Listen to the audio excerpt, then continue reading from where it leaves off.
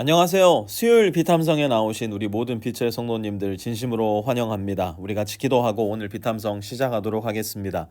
하나님 아버지 감사합니다. 말씀을 통해 하나님을 만날 수 있다는 것이, 또 말씀을 통해 하나님의 음성을 들을 수 있다는 것이 얼마나 큰 감격이고 신비이고 기쁨인지를 우리가 기억하기 원합니다. 오늘 말씀 안에서도 하나님을 만날 수 있게 도와주시고, 하나님의 따스하신 성품과 하나님의 높고도 풍요로운 지혜를 잘 배워서 이 말씀이 내 삶에 살아있는 양식이 되게 하여 주십시오. 예수님의 이름으로 기도합니다. 아멘. 오늘은 사사기 10장 6절에서 9절까지 말씀 함께 공부해 볼 텐데요. 먼저 6절 말씀을 우리 같이 읽어보도록 하겠습니다. 같이 읽습니다. 시작. 이스라엘 자손이 다시 주님께서 보시는 앞에서 악을 저질렀다. 그들은 바알 신들과 아스다롯과 시리아의 신들과 시돈의 신들과 모압의 신들과 암몬 사람의 신들과 블레셋 사람의 신들을 섬기고 주님을 저버려 더 이상 주님을 섬기지 않았다. 우리는 오늘 본문 속에서 사사기에 반복해서 흐르고 있는 패턴을 또다시 발견하게 되는데요. 그 패턴이란 무엇인가? 이스라엘 백성들이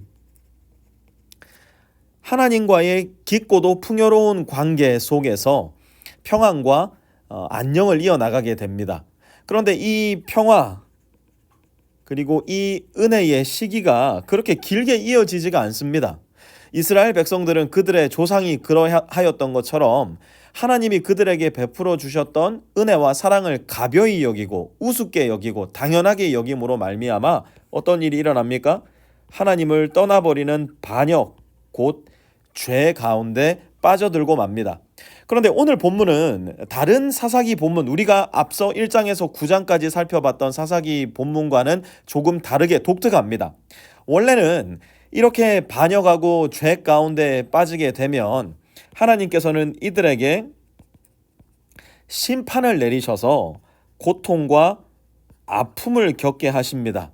그리고 이 고통과 아픔을 겪은 이스라엘 백성은 하나님께 회개함으로 말미암아 다시금 하나님께로 돌아가는 이 패턴이 계속해서 반복되었는데요. 오늘 본문에서는 단순히 이 패턴이 반복되는 것에 그치는 것이 아니라 이 패턴 중에 한 부분이 유독 발전되고 심화되어 가는 과정을 발견하게 됩니다. 여러분 혹시 눈치채셨습니까? 6절 다시 한번 보시겠습니까? 그들은 바알 신들과 아스다롯과, 사실 여기까지가 그 이전 이스라엘 백성들이 하나님을 반역할 때, 하나님을 떠날 때 단골 메뉴로 등장하던 거짓 신들의 이름입니다. 돈과 풍요를 상징하는 바알 신, 그리고 쾌락과 음란을 상징하던 아스다롯 신, 바로 이스라엘 백성들이 하나님을 떠날 때 주로 찾았던 신들의 이름이 바로 바알과 아스다롯이었어요. 그런데 오늘 본문을 보니까 어떻습니까? 이 두 신들 이외에도 시리아의 신, 시돈의 신, 모압의 신, 암몬의 신, 블레셋 사람의 신들이 등장을 합니다. 여러분 이게 무슨 말일까요? 하나님을 향한 반역과 죄, 이것은 단순히 여기에서 머물지 않아요. 죄는 또 다른 죄를 초청합니다. 더불어 죄는 또 다른 죄를 잉태시킵니다. 죄는 내가 한 번도 계획해 본 적 없는 죄를 번식시키기도 합니다. 그 어떤 사람도 단 하나의 죄에 가만히 머물러 있지 않아요. 하나의 죄에 머물러 있는 사람은 반드시 그 죄가 새끼를 치고 또 새끼를 치고 번식해 나가는 모습을 발견할 수밖에 없다는 것입니다. 7절과 8절도 이어서 계속 읽어볼게요. 7절 8절입니다. 같이 읽습니다. 시작. 그러므로 주님께서 이스라엘 백성에게 진노하시어 그들을 블레셋 사람과 암몬 사람의 손에 내어주시니, 무슨 말이에요? 심판을 하나님께서 내리셨다는 이야기입니다. 8절 계속 이어서요. 그 해에 그들이 이스라엘 자손을 억압하고 학대하니 요단강 동쪽 길르앗 지방 아모리 사람의 땅에 사는 온 이스라엘 사람이 18해 동안이나 그렇게 억압을 당하였다. 아멘. 여러분 제가 다윗 그리고 나 시리즈 설교를 할 때 이 죄가 가지고 있는 특징 이야기해드리면서 무엇이라고 했는지 기억나십니까? 죄가 무엇과 같다고 했어요? 악덕 사채업자와도 같다. 왜 그러냐? 죄는 잠시 잠깐의 즐거움과 쾌락을 안겨주고 평생이라는 시간에 걸쳐서 우리에게 고통, 아픔, 억압, 이런 이자를 요구하는 악덕 사채업자와도 같다 말씀드렸어요. 이스라엘 백성들은 바알을 쫓아 살아가면, 아스다롯을 쫓아 살아가면, 시리아와 시돈과 모압과 암몬과 블레셋 사람들의 신을 쫓아가면 그들의 인생이 편해지고 즐거워지고 다른 모든 이방 민족들처럼 잘 살 수 있다 생각했어요. 그런데 그 결과는 어땠다고요? 오히려 그들이 이스라엘 자손을 억압하고 학대합니다. 그들이 이스라엘 자손을 못 살게 굴기 시작한 거예요. 이것이 바로 죄의 결과입니다. 이것이 바로 하나님을 떠난 사람의 결말이에요. 우리는 결단코 하나님을 떠나서 잘 살 수 없도록 만들어진 존재입니다. 마치 물을 떠난 물고기가 살 수 없는 것처럼, 양의 울타리를 벗어난 양이 사자와 곰과 늑대의 표적에서 벗어날 수 없는 것처럼, 하나님의 형상대로 지음받은 저와 여러분 역시 하나님의 품을 떠나서는 절대로 자유롭게 살 수도 없고 풍요롭게 살 수도 없고 평안하게 살 수도 없는 존재임을 반드시 기억하셔야 됩니다. 그렇게 하나님을 떠난 이스라엘 사람들의 인생을 사사기 저자는 이렇게 요약하는데요. 9절 볼까요? 같이 읽습니다. 시작.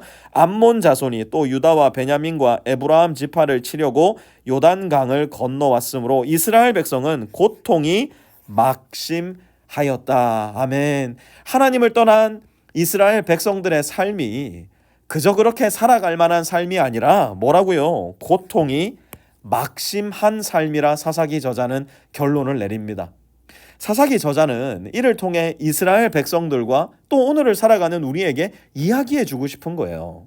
하나님을 떠나서는, 하나님의 품을 벗어나서는 충만한 인생을 살아갈 방법이 없다. 하나님 품을 벗어나서는 진정한 의미에서의 평안과 풍요로움을 누릴 수 없다. 사랑하는 빛의 성도 여러분, 우리가 오늘을 살아가면서 하나님과 멀어지는 방법은 무엇일까요? 제가 오늘 말씀을 마무리하면서 여러분들께 특급 비밀을 하나 알려드릴게요. 하나님과 멀어지는 방법. 이렇게 하면요, 틀림없이 하나님과 멀어집니다. 하나님의 말씀을 멀리 하십시오. 그러면 하나님과 멀어집니다. 하나님의 말씀으로 기도하기를 멈추십시오. 그러면 하나님과 틀림없이 멀어집니다. 왜 이렇게 하나님과 관계가 소원해졌지? 왜 이렇게 하나님과의 관계가 이전과 같지 않지? 이유는 간단해요. 내가 말씀을 멀리하고 있기 때문이에요. 내 손으로 하나님의 말씀을 펼치지 않고, 내 눈으로 하나님의 말씀을 읽지 않고, 내 입으로 하나님의 말씀을 이야기하지 않은 지가 벌써 한참이 지난 사람, 그 사람은 틀림없이 하나님과 점점 더 멀어지고 있는 사람이라는 겁니다. 하나님과 멀어진다. 이것은 이중적인 의미를 가지고 있어요. 단순히 하나님과의 관계가 멀어지는 것이 아닙니다. 하나님과 관계가 멀어지는 사람은 무엇과 가까워지는 줄 아세요? 이 세상의 신들과 가까워집니다. 아주 쉬운 예를 하나 들어볼까요? 우리 인생은요, 사실은 이렇게 피어난 예쁜 꽃과 같은 인생이에요. 우리 모든 인생은 꽃 같은 인생이라고요. 그런데 우리의 인생이 냄새나고 더럽고 아주 보기 싫은 이 똥 같은 인생이 될 때가 있어요. 여러분 한번 생각해 보세요. 하나님은 우리를 과연 이렇게 예쁜 꽃으로 만들어 놓으셨을까요? 아니면 이렇게 냄새나는 똥으로 만들어 놓으셨을까요? 여러분 한번 꽃을 생각해 보세요. 꽃은 어떻게 합니까? 꽃은 태양이 이렇게 비추면요, 이 태양을 향해서 항상 얼굴을 들고요, 태양의 양분을 아주 맛있게 빨아들여서요, 그 안에서 이렇게 예쁘고 아름답고 탐스러운 꽃의 인생을 살아가게 됩니다. 하지만 꽃이 태양을 향해 얼굴을 들지 않고 태양을 거절할 때 그 꽃은 어떻게 될까요? 그 꽃은 금방 시들고 금방 병이 들어가지고 썩고 똥과 같은 존재가 되고 마는 거예요. 그러면 그 썩은 똥 같은 꽃은 더 이상 태양을 거절하기만 한 꽃이 되는 것이 아니라 온갖 더러운 똥파리들, 온갖 더러운 벌레들이 꼬이는 그야말로 똥 같은 존재가 되고 마는 겁니다. 우리의 인생이 그와 같다는 거예요. 하나님을 가까이 하지 않을 때 더러운 사탄이 우리의 마음의 주인이 되어서 우리의 인생을 황폐하게 만들고 우리의 인생을 억압하고 우리의 인생을 한없이 초라하고 축소된 존재로 전락시켜버리고 만다는 겁니다. 여러분 한번 생각해 보세요. 지금 나는 꽃 같은 존재로 살아가고 있는가? 아니면 똥 같은 존재로 살아가고 있는가? 여러분, 우리는 그 누구도 똥같이 살아가라 부름받지 않았습니다. 꽃 같은 존재로 태양을 바라보고 하나님을 바라보며 향기를 휘날리고 아름다움을 발산하고 하나님과 사람들에게 기쁨과 즐거움을 나누기 위해 부름받은 존재예요. 그래서 오늘은 댓글창에 이렇게 한번 적어봤으면 좋겠어요. 주님, 저도 꽃 같은 사람이 되게 해주세요. 우리 가족들도 모두 꽃 같은 사람이 되게 해주세요. 꽃 같은 마음으로 꽃 같은 기도 적어보시면서 오늘 하루를 살아가시기를 주님의 이름으로 축원합니다. 하나님, 우리 모든 빛의 성도들이 지음받은 목적대로 주님께서 지으신 꽃과 같이 아름답고 향기로운 존재로 이 땅을 살아갈 수 있게 도와주십시오. 예수님의 이름으로 기도합니다. 아멘.